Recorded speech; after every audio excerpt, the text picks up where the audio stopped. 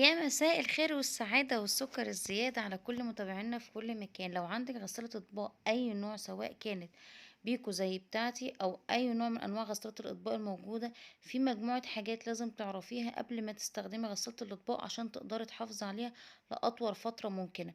شايفين انتوا الفلتر ده؟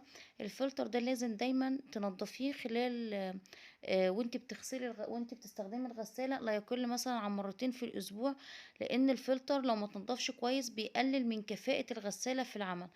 لو انتوا ملاحظين كده الفلتر بيبقى فيه عليه اتساخات. انا سايباه كذا يوم، يعني انا ما نضفتوش غير مرة واحدة، ودي المرة التانية معاكم، فانا سايباه عشان تشوفوا بيبقى عليه كمية رواسب قد ايه.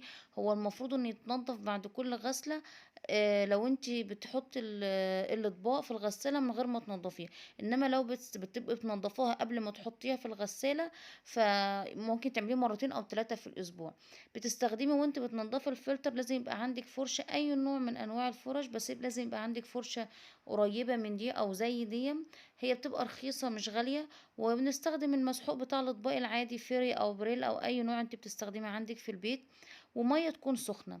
ليه بقى مية سخنة؟ عشان نقدر الدهون اللي بتبقى ماسكة في الفلتر، خاصة ان احنا كمان في الشتاء، تقدر تدوبها وتسيحها. بتمسكي الفلتر زي ما انت شايفة كده، الاتساخات من جوه عاملة ازاي. لو انت لسه متابعني في الفيديو، ما تنسيش تعملي لايك واشتراك وتفعلي زر الجرس، ويلا بينا اقولك تحافظي على غسالتك ازاي.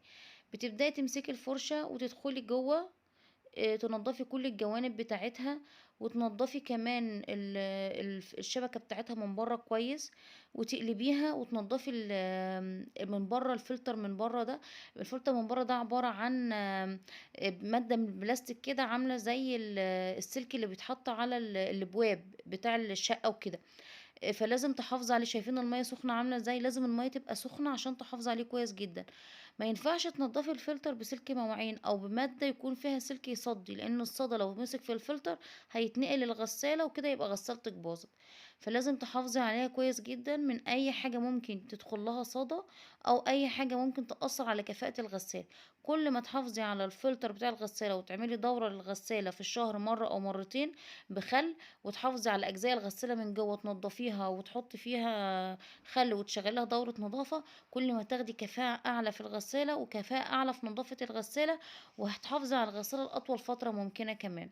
زي ما انتوا شايفين كده، المية لازم تبقى سخنة جدا وتشغليها، وبتغسلي القطعتين وبتدخليهم في بعض وتسيبهم يتصفوا، وبعدين بتدخليهم في بعض بالمنظر اللي انت شايفاه ده. هي طريقتها سهلة وبسيطة جدا، ما فيهاش أي افتكاسات أو أي حاجة صعبة خالص. زي ما انتوا شايفين كده شكله بقى جميل ونضف وخلاص هسيبه بقى يتصفى واوريكم بقى هنعمل ايه في الغسالة نفسها من جوه. يلا بينا. اول حاجة انا عايزة اوريها لكم هنا، العلامة اللي بتبقى بتظهر لك عشان تعرفي ان الملح او الزيت ناقصين. شايفين العلامة الحمراء دي علامة اس، دي بتقولك ان الملح هنا خلصان.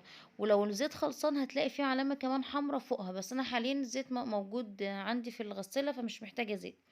هقول لكم بقى هنعبي الملح ازاي. هتطلعي الشبكة كلها بره.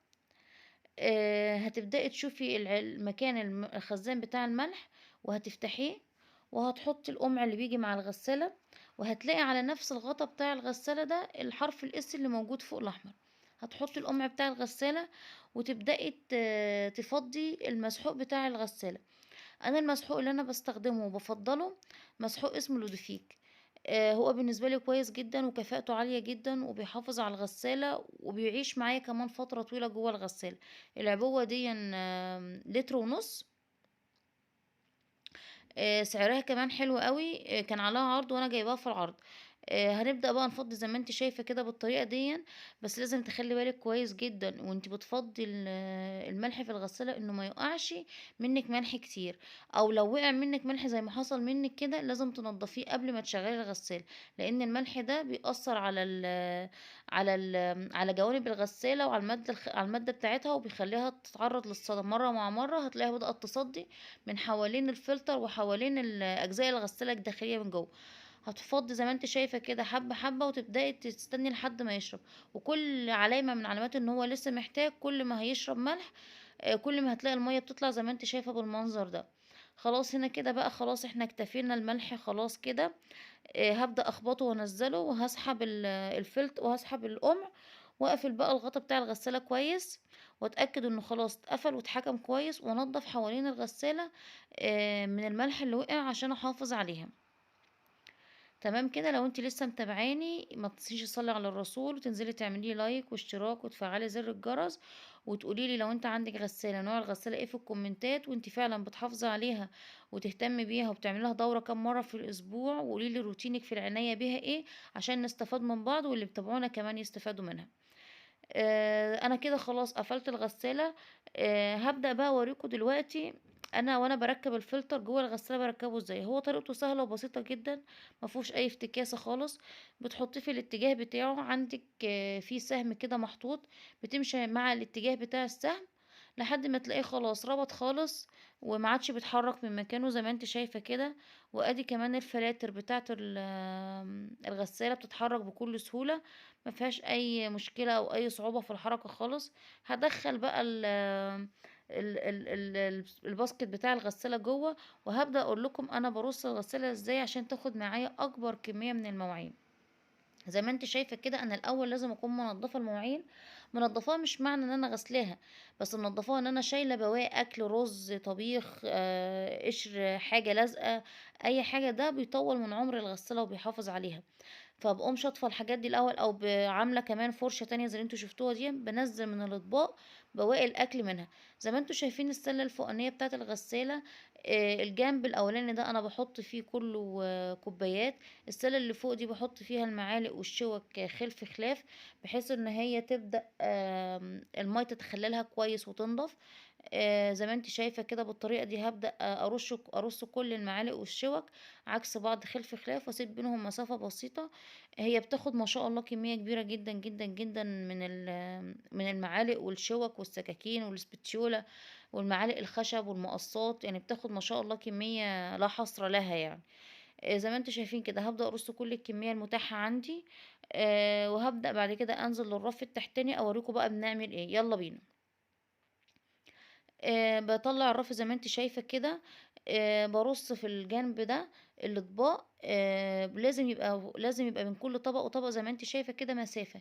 ليه بنسيب مسافة؟ عشان المية تتخللها وتطلع الاطباق نظيفة. لان انا بشوف ناس كتير جدا بتتشكى ان الغسالة ما بتنضفش الاطباق، وان الاطباق فيها مشاكل، وان الاطباق ما ان الغسالة ملهاش لازمة، ويا عيني بيتذمروا على الغسالة ويقولوا فيها في حقها كلام وحش جدا. هي الغسالة عشان تديك الكواليتي والنظافة العالية اللي انت بتدوري عليها، لازم تهتمي بيها وتهتمي بالروتين بتاعها، وتعرفي كمان انت بترصي الاطباق ازاي وبتستخدميها ازاي وتحافظي على نظافتها ازاي. كل الحاجات دي بتحافظ على الغسالة، وبتحافظ على طول العمر بتاعها والاستخدامها، وبتخليها تعيش معاكي فترة طويلة جدا، وبتاخدي منها اعلى كفاءة في الاستخدام. كده بقى شكل الاطباق والكوبايات بعد ما رصيناهم. عايزه اوريكم قد ايه هي شايله كميه كبيره دي.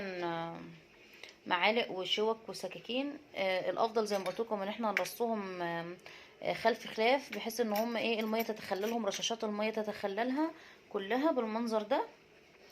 طبعا زي ما انتم شايفين الحاجات وسخه اهي، عشان ما حدش يقول انت حاطه الحاجه نظيفه يعني.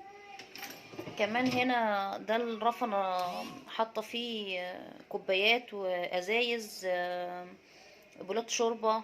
زي ما انتم شايفين كده شايل كميه قد ايه، واخد حله واخد بوله بلاستيك. هنا برضك رص الاطباق، وواخد هنا معايا كمان حلتين.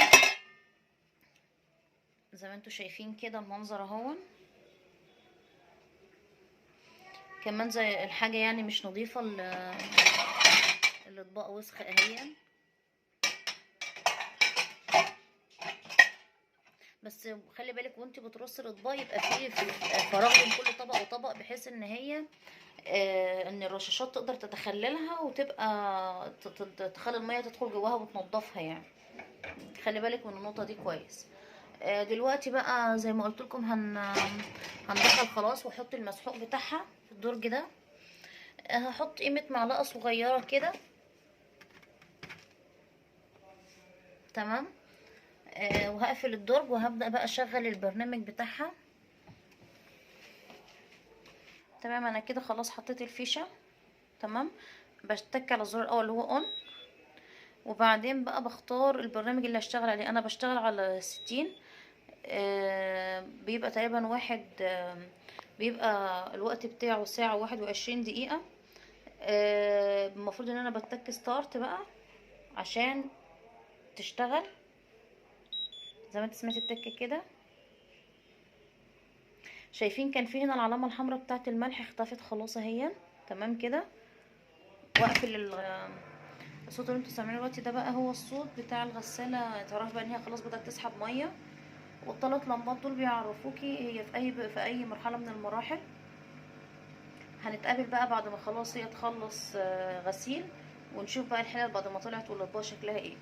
بقى هنفتح الغسالة ونبص على الحاجات اللي اتغسلت عاملة ايه.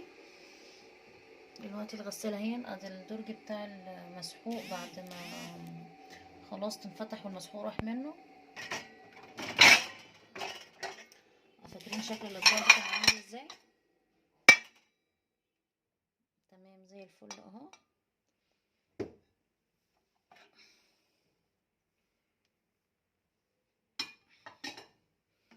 نشوف حاجة تانية. السلستين برضو زي الفل اهو. ادي ازازة المية،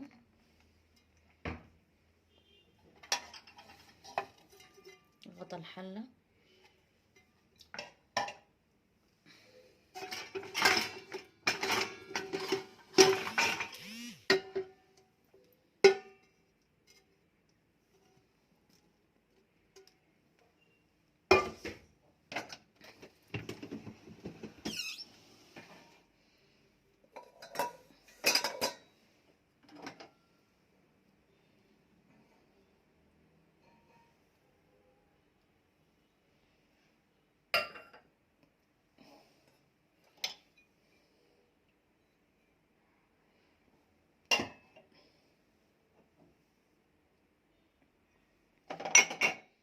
كل حاجة، حتى العلبة بتاعة البهارات دي انا كنت حطاها اصلا من غير ما اشطفها، حتى طالعة زي الفل اهي. على ما نشوف درج المعالق. ادي الدرج بتاع المعالق والشوك. لو انتوا فاكرين المعالق دي كانت داخله شكلها عامل ازاي. تمام. كل المعالق نظيفه اهي تقريبا، ما فيهاش اي حاجه خالص.